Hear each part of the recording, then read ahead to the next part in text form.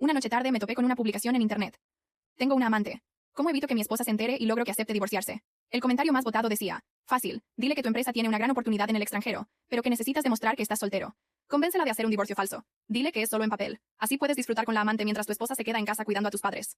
Me revolvió el estómago. Al día siguiente, mi esposo llegó del trabajo. Se aflojó la corbata y dijo: cariño, mi empresa me está ofreciendo un programa de capacitación en el extranjero. Una oportunidad enorme. Pero hay una condición. Necesitan prueba de que no estoy casado. Entonces me miró directo a los ojos. Hagamos un divorcio falso. En el instante en que lo dijo, me acordé de esa publicación de la noche anterior. Tragué el asco que me subía por la garganta y decidí ponerlo a prueba. ¿No puedes rechazarlo? Nuestra hija todavía es pequeña, y tus padres no han estado bien estos últimos 2 años. Me cortó de golpe. Luego, al darse cuenta de que había sonado demasiado agresivo, suavizó la voz. Esta oportunidad es única en la vida. Estaré en el extranjero 2 años. Cuando vuelva podrían ascenderme directamente a gerente. Mis ingresos podrían duplicarse. Tomó mi mano, con una mirada llena de falsa ternura. Cariño, lo hago por ti, por nosotros, por nuestra familia. Tú me apoyas, ¿verdad? Cuando no respondí, su expresión se endureció, y luego se inclinó más cerca. El divorcio no es real, es solo una formalidad. La gerencia dice que a los empleados solteros es más fácil asignarlos al extranjero. Solo lo hago por el papeleo de la empresa. Nos divorciamos, pero seguimos viviendo como marido y mujer. Te enviaré todo mi sueldo cada mes. En cuanto termine, vuelvo y me caso contigo otra vez. Tienes que confiar en mí. ¿Confiar en él? Ni de broma. No existe tal cosa como un divorcio falso. En cuanto se firma ese certificado, la ley dice que es real. Viéndolo jurar y perjurar así, sentí como el último resto de confianza que me quedaba en él moría para siempre. Lo dije sin pensar. O eso fue lo que él creyó. Está bien, haré lo que digas. Rodrigo me miró un segundo más de lo necesario. Buscaba algo en mi cara. Duda, llanto, una grieta donde meterse y convencerme de que era lo correcto. No encontró nada. Entonces soltó el aire por la nariz, como quien termina una negociación difícil, y se aflojó la corbata un poco más. Sabía que lo entenderías, dijo.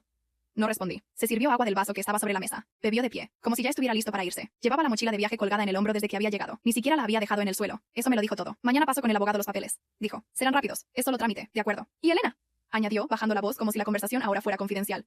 Esto es lo mejor para los dos. Para la empresa, para nuestra familia. En 2 años vuelvo y todo vuelve a su lugar. Asentí. Me miró una vez más. Creo que esperaba que yo dijera algo más, que preguntara por nuestra hija, que pusiera una condición, que llorara. Nada. Solo lo miré hasta que él fue el primero en apartar los ojos. Cuida a mis padres, dijo desde la puerta. Siempre lo he hecho. Cerró la puerta sin portazo, sin drama, como si saliera a hacer un mandado. Me quedé de pie en el centro de la sala. Escuché sus pasos alejarse por el pasillo, el sonido del ascensor, y luego nada. Me senté en el sofá. Sofía dormía en su cuarto. Tenía 4 años y siempre dormía con la puerta entreabierta, con la lamparita de tortuga encendida en la esquina. Yo podía ver desde donde estaba sentada el filo de luz que salía de esa puerta. 4 años de mi vida concentrados en ese hilo amarillo. Saqué el teléfono. Saqué el Avance State Another. Busqué en mis contactos un nombre que había guardado 3 semanas antes, cuando todavía no sabía si lo iba a necesitar. Cuando leí esa publicación en internet a las 2 de la mañana y pensé, ¿qué clase de hombre escribe eso? Y luego pensé, ¿qué clase de esposa no toma precauciones? Marce, 2 tonos. Doctora Vargas, respondió una voz. Soy Elena Medina. Hablamos hace 3 semanas. Me dijo que podía llamarla cuando fuera necesario. Una pausa breve. Lo recuerdo. ¿Ya tomó una decisión? Él acaba de irse. Mañana llega con los papeles. Bien. Entonces nos vemos mañana a las 9. Tráigame el acuerdo de matrimonio, los estados de cuenta conjuntos que tenga acceso, y cualquier documento a su nombre. Todo lo que pueda reunir esta noche. ¿Ya los tengo listos? Otra pausa. Esta más larga. Señora Medina, ¿está segura de lo que quiere hacer? Completamente. Colgué. Me quedé sentada otros 5 minutos sin moverme. No porque estuviera dudando, sino porque necesitaba que ese silencio quedara grabado en mi cuerpo. El silencio del departamento, después de que él se fue. El silencio de un matrimonio que se vaciaba desde adentro, mientras yo atendía a sus padres, cuidaba a su hija y preparaba la comida que a él le gustaba. 3 años cuidando a don Ernesto y a doña Carmen. El padre con los problemas de circulación, las piernas que ya no aguantaban las escaleras, los turnos médicos que yo coordinaba porque Rodrigo siempre tenía una reunión, la madre con el inicio de demencia que nadie en la familia quería nombrar en voz alta, las noches que se levantaba confundida, y yo era quien la acompañaba de regreso a la cama. Lo hacía porque eran personas que necesitaban ayuda, y también porque, sin saberlo en ese momento, estaba construyendo algo. Me levanté, fui a la cocina y abrí el cajón donde guardaba los documentos. El sobre marrón que había preparado en los últimos 15 días estaba al fondo, debajo del manual del microondas. Lo saqué. Lo abrí. Estados de cuenta. El contrato de matrimonio. La escritura del departamento, que estaba a nombre de los dos. El seguro de vida donde yo figuraba como beneficiaria. La póliza del auto. Los documentos del fondo de ahorro conyugal que Rodrigo creía que yo no sabía manejar porque siempre fue él quien los firmaba. Pero yo sabía leer, y había tenido 3 semanas para leer con mucho cuidado. El fondo de ahorro conyugal tenía registradas 2 firmas autorizadas, la de él y la mía. Él nunca había necesitado usarlo solo porque siempre manejaba todo él. Pero la ley era clara. Las 2 firmas eran equivalentes. Guardé todo en una carpeta de cartón azul. La cerré con el broche. La metí en mi bolso. Luego fui al cuarto de Sofía. Me senté en el borde de su cama. La observé dormir. Tenía la boca un poco abierta y los brazos extendidos a los lados. Como siempre dormía, ocupando todo el espacio disponible con esa confianza absoluta que solo tienen los niños que se saben seguros. Le acomodé el cabello. No me vio, pero me pareció importante hacerlo. Nadie nos va a quitar nada, dije en voz muy baja. Ella siguió durmiendo. Volví a la sala. Revisé mis mensajes. Rodrigo no había escrito nada. Claro, ya tenía lo que quería. Me preparé un té. No porque tuviera sueño, no iba a dormir, sino porque necesitaba tener las manos ocupadas mientras pensaba en el orden de lo que venía. La doctora Vargas era abogada especializada en derecho familiar. La había encontrado una semana después de leer esa publicación, cuando todavía le daba vueltas a si lo que leía era coincidencia o no. Coincidencia sería que existiera un hombre en el mundo con esa misma idea. La realidad era que cuando Rodrigo llegó al día siguiente con su historia de la empresa y el extranjero y el divorcio en papel, yo ya había tenido 7 días para dejar de sorprenderme. Me reuní con ella en su oficina, en el 10º piso de un edificio sobre la avenida. Era una mujer de unos 50 años, con el cabello recogido y el escritorio perfectamente ordenado. Me escuchó sin interrumpir. Cuando terminé, me miró y dijo: un divorcio firmado es un divorcio legal, sin excepciones. Lo sé. ¿Y qué quiere hacer con esa información? Quiero saber exactamente qué me corresponde por ley antes de firmar nada. Eso fue todo lo que necesito escuchar. Lo que la doctora Vargas me explicó esa tarde cambió la forma en que yo entendía el papel que Rodrigo iba a traerme. El departamento adquirido durante el matrimonio era un bien conyugal. El fondo de ahorro también. El auto, también. La participación que él tenía como aval en 3 contratos de su empresa, contratos que requerían su estado civil como garantía de solvencia. Eso era distinto. ¿Qué pasa con esos contratos si él se divorcia? Pregunté. La doctora abrió una carpeta. Depende del contrato. Algunos especifican que el aval debe ser un individuo casado con bienes compartidos. Si el estado civil cambia, el aval puede ser impugnable. ¿Y si yo firmo el divorcio antes de que él firme esos contratos nuevos en el extranjero? Me miró. Entonces él llegaría al extranjero como hombre divorciado, sin los avales que necesita para que la empresa confíe en él. Hizo una pausa. ¿Tiene acceso a los contratos que mencionó? No los tenía, pero tenía algo mejor. 3 años de escuchar a Rodrigo hablar por teléfono en la sala mientras yo cocinaba. 3 años de nombres, números, fechas. Yo nunca pregunté porque él nunca me invitó a participar. Pero escuché. Siempre escuché. Le di a la doctora los nombres de las empresas y los socios que recordaba. Ella hizo algunas consultas por su cuenta en los días siguientes. Cuando nos volvimos a ver, puso sobre el escritorio 3 hojas impresas. 2 de los 3 contratos tienen la cláusula que me mencionó. Si usted firma el divorcio mañana, y él presenta esos contratos la semana siguiente en el extranjero, la contraparte tiene base legal para objetar su aval. ¿Eso lo pone en problemas? Lo pone en una situación muy incómoda que tendría que resolver en un país donde no tiene red de apoyo, donde nadie lo conoce, y donde su única palanca eran esos contratos. Terminé el té. Lavé la taza y la puse a escurrir. Miré el reloj. Las 11:40. Rodrigo estaría en algún hotel, o en casa de ella, satisfecho con la conversación de esa noche. Seguramente pensaba en los 2 años por delante como en algo que ya había conseguido. Fui al baño. Me lavé la cara. Me miré en el espejo. No había llanto. No había rabia tampoco. Era algo más concreto. La sensación de tener el piso firme bajo los pies después de mucho tiempo caminando sobre algo que cedía. Él había pasado semanas leyendo en internet cómo convencer a su esposa. Yo había pasado 3 semanas reuniéndome con una abogada. Mañana firmaría los papeles que él traería. Los firmaría sin discutir, sin llorar, sin darle la satisfacción de una pelea. Y en ese mismo momento en que su divorcio se volviera real, en que él creyera que ya había ganado, el piso empezaría a moverse debajo de él. No porque yo lo hubiera empujado, sino porque él mismo lo había construido así. Apagué la luz del baño. Fui al cuarto de Sofía otra vez. Me acosté a su lado sobre la colcha sin desvestirme. Puse una mano sobre su espalda y sentí cómo subía y bajaba. Cerré los ojos. No dormí mucho, pero dormí tranquila. Rodrigo llegó a las 10:15 con un abogado al que yo no conocía. Era un hombre joven, con traje gris y una carpeta delgada bajo el brazo. Entró al departamento mirando alrededor con discreción, como hacen los que tratan de no parecer que están evaluando todo. Rodrigo lo presentó como el licenciado Torres. No dijo de qué bufete era. No me preguntó si quería que mi propio abogado estuviera presente. Son papeles estándar, dijo Rodrigo. No hay nada complicado. Me senté a la mesa. El licenciado Torres abrió la carpeta y puso los documentos frente a mí. Eran 4 hojas. Las leí despacio, de principio a fin. Los 2 me observaban. Rodrigo tamborileó los dedos una vez sobre la mesa, y luego se contuvo. El acuerdo establecía el divorcio por mutuo consentimiento, la custodia compartida de Sofía con residencia principal en casa materna, y una pensión mensual fija. No mencionaba el departamento. No mencionaba el fondo de ahorro conyugal. No mencionaba nada de los bienes que habíamos acumulado juntos en 7 años de matrimonio. Levanté la vista. Aquí no están los bienes conyugales. Rodrigo cruzó los brazos. Eso lo arreglamos cuando vuelva. Esto es solo para el trámite del programa. Un divorcio no tiene trámites pendientes, Rodrigo. Es definitivo desde que se firma. El licenciado Torres carraspeó. Señora, si lo prefiere podemos incluir una cláusula de revisión de bienes en un proceso separado. No. Lo miré. Los bienes conyugales se incluyen ahora, o no, firmo hoy. Rodrigo se inclinó hacia adelante. Elena, te estás complicando sin necesidad. Esto es un trámite. No te voy a dejar sin nada, te lo juro.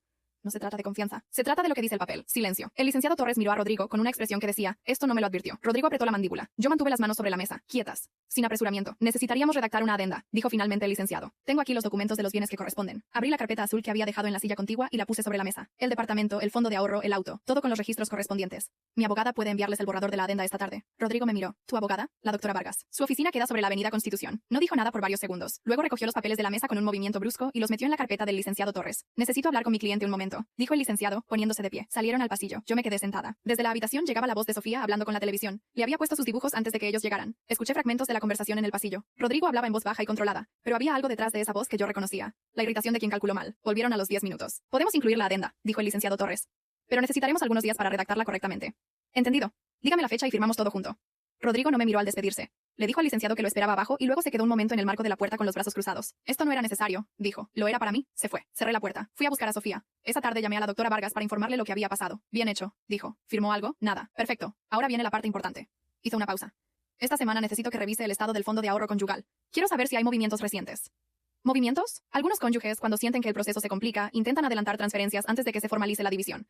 No digo que sea el caso, pero es mejor saberlo ahora. Esa noche, después de acostar a Sofía, entré a la plataforma del banco con mis credenciales. El fondo de ahorro conyugal tenía acceso para los 2. Yo nunca lo había revisado porque Rodrigo siempre dijo que él se encargaba. Abrí el historial de movimientos. Los últimos 3 meses mostraban retiros parciales, no grandes cantidades de una sola vez. 4 retiros distintos, espaciados, de montos que no llamarían la atención si uno no buscaba el patrón. En total, algo más de 22.000. Me quedé mirando la pantalla. Hice una captura de cada página del historial. Las guardé en una carpeta en mi teléfono y se las envié a la doctora Vargas esa misma noche con un mensaje corto. Encontré esto. Ella respondió en menos de 15 minutos. Mañana a las 9. Esa noche no pude dormir hasta tarde. No porque estuviera asustada, sino porque estaba organizando, repasando, poniendo cada cosa en su lugar dentro de mi cabeza. Rodrigo había pasado meses planeando cómo salir de este matrimonio sin perder nada. Había encontrado al amante. Había diseñado la historia del programa en el extranjero. Había buscado en internet cómo convencer a su esposa. Lo había calculado todo. Menos una cosa. No calculó que yo leía, que escuchaba, que guardaba, y que 3 semanas pueden ser suficiente para cambiar completamente el terreno de una negociación. A la mañana siguiente, la doctora Vargas revisó las capturas con calma, las imprimió, las puso en una carpeta nueva. Los retiros son anteriores a cualquier proceso legal formal, así que no constituyen ocultamiento de bienes en sentido estricto, explicó. Pero sí son relevantes al momento de calcular el valor actual del fondo versus su valor real antes de los movimientos. El juez puede considerarlos al establecer la división. ¿Podemos recuperar ese dinero? Parte de él, casi con certeza. El resto depende de cómo él argumente los retiros. Me miró. ¿Tiene acceso a los estados de cuenta del periodo anterior? Sí. Entonces construimos el caso con los números. ¿Cuánto había? ¿Cuándo empezaron los retiros? ¿Qué patrón muestran? No necesitamos probar intención, solo necesitamos mostrar los hechos. Salí de esa oficina con una carpeta más gruesa que la que había llevado. En el camino de regreso al departamento recibí un mensaje de Rodrigo. El licenciado Torres dice que la adenda puede estar lista el jueves. ¿Estás disponible? Respondí. Sí. Confirma ahora con la doctora Vargas directamente. Te paso su número. 3 minutos de silencio. Luego, está bien. Guardé el teléfono. Rodrigo creía que el jueves firmaríamos los papeles y él podría irse con todo resuelto. Lo que no sabía era que para el jueves, mi abogada ya tendría documentado cada retiro, cada movimiento, cada número que no cuadraba con la versión que él pensaba presentar. El divorcio que él diseñó como una salida limpia se estaba convirtiendo, sin que él lo viera, en el proceso más documentado de su vida. Y yo no había tenido que mentir ni una sola vez. El jueves firmamos. La doctora Vargas llegó con su propia carpeta. El licenciado Torres llegó con la adenda revisada. Rodrigo llegó 10 minutos tarde, con los ojos cansados y sin corbata, algo que no le había visto nunca en una reunión formal. Leímos cada cláusula en voz alta. La doctora Vargas hizo 3 correcciones al texto. El licenciado Torres las aceptó todas sin discutir, lo que me dijo que Rodrigo ya no tenía energía para pelear por los detalles. El departamento quedó a mi nombre. El auto también. El fondo de ahorro se dividiría en partes iguales considerando el saldo antes de los retiros, no el saldo actual. Eso le costó a Rodrigo 11.000 de los 22 que había retirado. Cuando firmé, no sentí nada especial. Solo el bolígrafo sobre el papel. Rodrigo firmó sin mirarme. Salió antes de que la tinta secara. Esa tarde recogí a Sofía del jardín de niños y la llevé al parque que quedaba a 3 cuadras. Se subió al columpio y me pidió que la empujara. La empujé durante 20 minutos sin decir casi nada. Ella tampoco preguntó por su papá. A veces los niños saben más de lo que uno cree. De regreso al departamento, mientras Sofía cenaba, abrí el cuaderno donde había escrito la lista 3 semanas antes. Lo que necesito hacer. Empecé a tachar. Abogada. Tachado. Documentos de bienes. Tachado. División del fondo. Tachado. Revisar pensión mensual. Tachado. Quedaban cosas sin tachar. Las que venían después. La primera era el trabajo. Yo había dejado mi empleo cuando Sofía nació. Rodrigo dijo que no era necesario que trabajara, que él se encargaba de todo. Durante 4 años me encargué de la niña, de los suegros, de la casa. Había un título universitario en una caja en el closet que no había usado en ese tiempo. Esa noche, después de que Sofía durmió, abrí la computadora y busqué el currículo que tenía guardado. Lo leí. Estaba desactualizado en todo. 4 años de vacío profesional que había que explicar de alguna forma. Lo actualicé. Tardé 2 horas. No porque fuera difícil, sino porque tuve que recordar quién era antes de convertirme en la esposa de Rodrigo y la cuidadora de sus padres. Al día siguiente llamé a doña Carmen. Era la suegra, la que se levantaba confundida en las noches, la que me llamaba por el nombre de su hermana muerta cuando estaba muy cansada. Habíamos hablado 2 veces desde que Rodrigo se fue, conversaciones cortas donde ella preguntaba por Sofía, y yo respondía sin mencionar el divorcio. Esa mañana le dije la verdad. Doña Carmen, Rodrigo y yo firmamos los papeles de divorcio esta semana. Silencio largo. Lo sé, dijo finalmente. ¿Lo sabe? Rodrigo me llamó. Me dijo que era por el trabajo. Otra pausa. Tú no tienes que explicarme nada, Elena. Sé lo que hizo mi hijo. No respondí. ¿Estás bien? ¿Sofía está bien? Las dos estamos bien. ¿Vas a seguir trayendo a la niña a vernos? Sofía los quiere mucho. Eso no cambia. Escuché que doña Carmen lloraba en silencio, no el llanto dramático de quien exige algo, sino el de quien tiene vergüenza ajena y no sabe cómo decirlo. Eres mejor persona que él, dijo. Siempre lo fui. Colgamos sin más. La segunda semana después del divorcio, una amiga del tiempo de la universidad me pasó el contacto de una empresa donde buscaban coordinadora administrativa. No era el puesto más alto ni el mejor pagado, pero era un inicio real, con horario que me permitía recoger a Sofía. Fui a la entrevista con el título en una carpeta nueva y 4 años de gestión doméstica convertidos en lenguaje de hoja de vida. Coordinación de agenda médica, administración de presupuesto familiar, manejo de proveedores, cuidado de personas dependientes. Todo era verdad. Solo requería traducción. La entrevistadora me miró sobre los lentes. 4 años fuera del mercado laboral. 4 años administrando una casa con 2 adultos mayores con necesidades de salud y una niña pequeña. Respondí. Nunca dejé de trabajar. Solo cambió quién me pagaba. Ella escribió algo en su libreta. Me llamaron 3 días después. El primer día de trabajo, doña Carmen fue al departamento a quedarse con Sofía. Llegó en taxi, con una bolsa de plástico que tenía 2 naranjas y un juego de memoria que había comprado en la farmacia. Sofía la recibió en la puerta con los brazos abiertos. Yo me fui sin voltear, porque si me quedaba mirando desde la puerta iba a llegar tarde. Las primeras semanas en la oficina fueron de adaptación. No era difícil el trabajo en sí, sino volver a un ritmo que no giraba alrededor de las necesidades de otra persona. Tener una tarea propia. Tener un resultado propio. A las 6 semanas de haber empezado, la jefa directa me llamó a su oficina. ¿Puedes quedarte media hora más los martes para el cierre de reportes semanales? Sí, con un día de aviso previo para coordinar a quien cuida a mi hija. Trato. Eso fue todo. Rodrigo depositó la primera pensión el 15 del mes siguiente. 3 días tarde. No llamó para avisar. Solo llegó el depósito sin mensaje. Lo anoté en mi cuaderno con la fecha y la hora. La doctora Vargas me había dicho que registrara todo. Fechas de depósito, montos, cualquier comunicación relacionada. No porque esperara problemas inmediatos, sino porque los acuerdos de pensión eran tan buenos como la voluntad de quien los cumplía. Y la voluntad de Rodrigo era algo que yo ya había aprendido a no dar por garantizada. Un mes después de empezar a trabajar, don Ernesto me llamó. Era el suegro, el que tenía los problemas de circulación, el que nunca hablaba mucho, pero cuando lo hacía era directo. Elena, dijo. Quiero que sepas que lo que le pase a mis nietos con Sofía no depende de lo que hizo mi hijo. No tenía nietos. Solo tenía a Sofía. Gracias, don Ernesto. ¿Estás trabajando? Sí, bien. Pausa. Mi hijo es un tonto. Colgó. Esa noche, después de que Sofía durmió, me senté en la sala con el cuaderno. Revisé la lista. Trabajo. Tachado. Coordinar con suegros para cuidado de Sofía. Tachado. Registrar depósitos de pensión. En proceso. Abajo, todavía sin tachar, había una línea que había escrito la primera noche, cuando Rodrigo todavía no había cruzado el pasillo. Saber exactamente en qué situación queda él cuando llegue al extranjero. Eso todavía no lo sabía, pero tenía tiempo. Y él, según sus propios planes, estaría fuera 2 años. El mensaje llegó un martes a las 8 de la noche. Era un número que no tenía guardado. El texto era corto. Soy Gabriela. Necesito hablar contigo. Es sobre Rodrigo. Lo leí 3 veces. Gabriela era el nombre que yo había encontrado 6 semanas antes. Cuando revisé los estados de cuenta del teléfono conyugal, que todavía estaba a mi nombre, porque Rodrigo nunca lo cambió. No había buscado ese nombre. Apareció solo, en una factura de datos con llamadas frecuentes al mismo número durante 8 meses. No respondí de inmediato. Dejé el teléfono sobre la mesa y fui a revisar que Sofía estuviera dormida. Estaba. Volví a la sala. Respondí. ¿Quién eres? Su respuesta llegó en menos de 1 minuto. La persona por la que se divorció de ti. Sé que sabes quién soy. Necesito contarte algo importante. Escribí. ¿Por qué? Porque me hizo lo mismo que te hizo a ti. Me quedé mirando esa línea. Respondí. Mañana. Manda una dirección. Mandó el nombre de una cafetería a 20 minutos de mi trabajo. A las 12 del mediodía. Esa noche no dormí bien. No porque tuviera miedo de lo que ella pudiera decir, sino porque no sabía qué quería yo sacar de esa conversación. La doctora Vargas siempre decía, antes de entrar a cualquier reunión, sepa qué quiere llevarse. Si no lo sabe, no vaya. Pero fui. Gabriela era unos 4 años menor que yo. Cabello oscuro recogido. Ropa discreta. Ojeras que no disimulaba con maquillaje. Estaba sentada en una mesa al fondo con un café que no había tocado cuando llegué. Me senté frente a ella sin saludarla con abrazo ni apretón de manos. Gracias por venir, dijo. ¿Qué pasó? Fue directa. No dio rodeos, lo cual agradecí. Rodrigo me dijo que tú sabías del divorcio desde antes, que era un acuerdo entre los dos porque el matrimonio ya no funcionaba, que yo era lo que él realmente quería. Continúa. Cuando llegó al extranjero, duré 3 semanas esperando que me mandara a llamar. Me había dicho que en cuanto resolviera los contratos, yo viajaba también. Tomó el café por primera vez. Los contratos nunca se resolvieron. Hubo un problema con su aval. La empresa contraparte objetó algo de su situación legal y el proceso se frenó. No dije nada. Entonces Rodrigo cambió. Empezó a llamar menos. Las excusas eran distintas cada semana. Hasta que hace 10 días me mandó un mensaje diciendo que necesitaba espacio, que la situación allá era complicada, que no podía comprometerse a nada en este momento. ¿Y quieres que yo te diga algo que te haga sentir mejor? Me miró. No, quiero decirte algo que creo que necesitas saber. Abrió el bolso y sacó el teléfono. Lo desbloqueó y lo puso sobre la mesa hacia mí. Rodrigo me mandó esto hace 3 semanas, antes de que todo se cayera. Era una captura de pantalla de una conversación. Rodrigo le escribía a alguien más. El nombre en la conversación era solo una inicial. B. Leí el fragmento visible. Rodrigo le decía a esa persona que el proceso en el extranjero iba a tardar más de lo planeado, que los contratos tenían un problema técnico, pero que en cuanto se resolviera todo iba a estar libre de verdad. Que Elena ya había firmado, y eso era lo importante. Que ahora solo necesitaban paciencia. B no era Gabriela. Levanté la vista. ¿Sabes quién es? Su asistente en la empresa de acá. Se llama Valeria. Lleva 2 años trabajando con él. 2 años. Gabriela había durado 8 meses. Yo había durado 7 años. Y Valeria llevaba 2 esperando en fila. Tomé el teléfono y le saqué una captura de pantalla a la conversación visible. Gabriela no protestó. ¿Por qué me muestras esto? Pregunté. Porque cuando fui a reclamarle, me amenazó. Me dijo que si yo hablaba con alguien sobre nuestra relación, iba a decirle a mi jefe que yo había filtrado información confidencial de su empresa. Yo trabajo en el mismo sector. ¿Podría hacerme daño real? ¿Filtraste información? No. Pero él tiene acceso a correos que intercambiamos cuando todavía éramos cercanos. Y podría sacarlos de contexto. Lo miré todo. Un hombre que usaba a una mujer para salir del matrimonio. Usaba a otra para creer que tenía algo real. Y tenía a una tercera esperando. Y cuando alguna se le complicaba, amenazaba. ¿Qué quieres de mí? Pregunté. Nada. Solo quería que supieras que los problemas que tiene allá con los contratos no son casualidad. Y que no eres tú quien le arruinó el plan. Él solo construyó demasiadas cosas sobre mentiras y todo se está cayendo junto. Me quedé callada un momento. ¿Vas a hacer algo con la amenaza que te hizo? Estoy hablando con un abogado. Bien. Me levanté. ¿Ella también? ¿Estás bien? Preguntó. No sé por qué lo preguntó. Quizás porque necesitaba que alguien se lo preguntara a ella también. Sí, dije.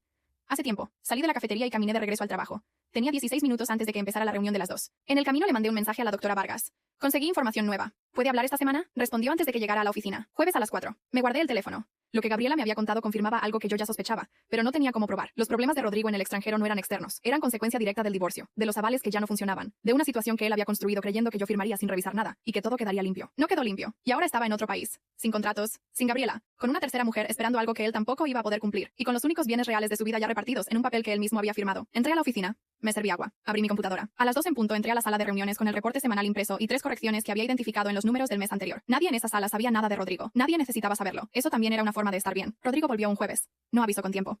Mandó un mensaje el miércoles a las 11 de la noche. Llego mañana. Necesito que hablemos. Lo leí antes de dormir. No respondí esa noche. A la mañana siguiente le escribí. Puedo el sábado a las 11. En el departamento. Sofía estará con sus abuelos. Respondió. De acuerdo. No pregunté cómo estaba. No pregunté cuándo había regresado exactamente ni dónde estaba quedando. No era información que necesitara. El sábado llegó puntual. Eso me sorprendió. Rodrigo nunca había sido puntual durante nuestro matrimonio.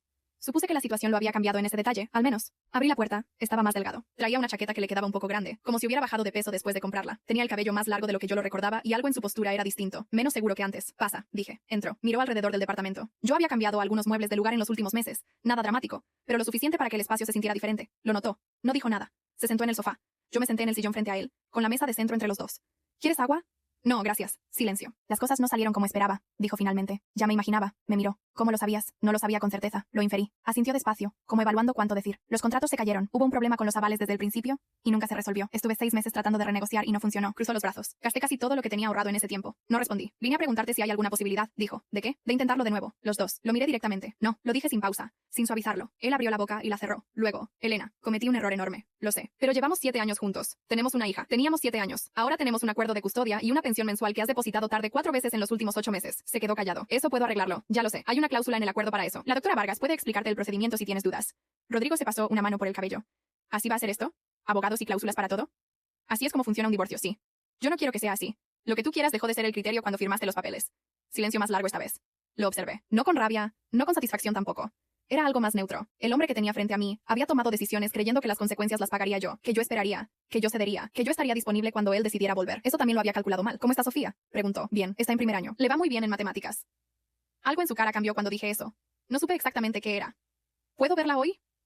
Hoy está con don Ernesto y doña Carmen. Puedes coordinar una visita con ellos directamente, o escribirme con 2 días de anticipación y lo organizamos. ¿Con 2 días de anticipación para ver a mi propia hija? Para que ella tenga un plan y no la desorganices. Tiene rutinas, le importan. Apretó la mandíbula. Está bien, dijo finalmente. Se levantó, caminó hacia la puerta. Antes de abrirla se detuvo. ¿Estás bien? Preguntó. La misma pregunta que me había hecho Gabriela 4 meses antes. Sí, respondí. La misma respuesta. Te ves diferente. Trabajo. Eso cambia a la gente. Asintió sin decir nada más y salió. Cerré la puerta.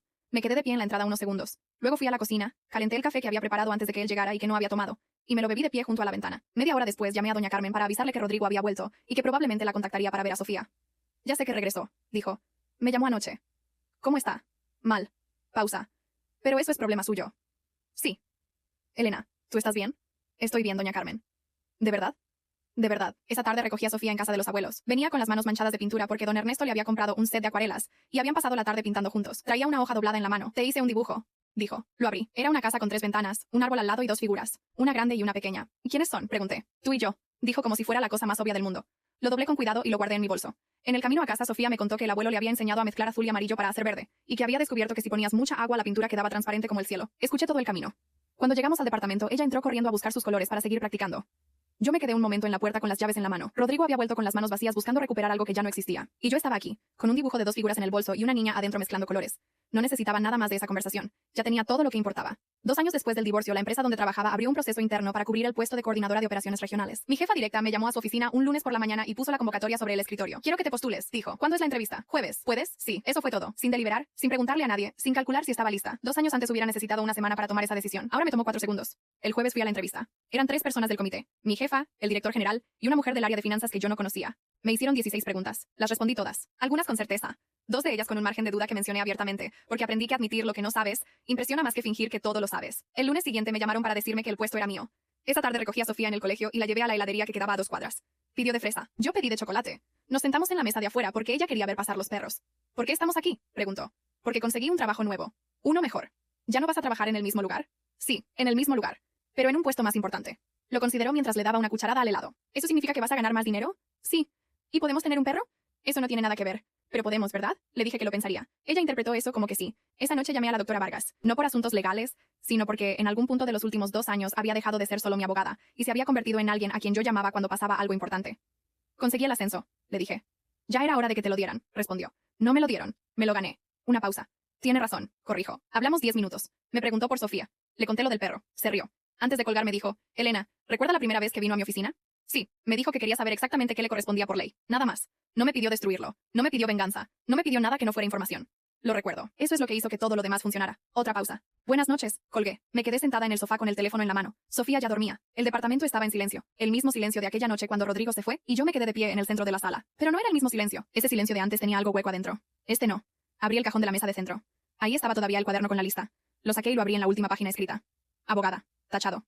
Documentos de bienes. Tachado. División del fondo. Tachado. Revisar pensión mensual. Tachado. Trabajo. Tachado. Coordinar con suegros. Tachado. Registrar depósitos de pensión. Tachado. Saber en qué situación queda él cuando llegue al extranjero.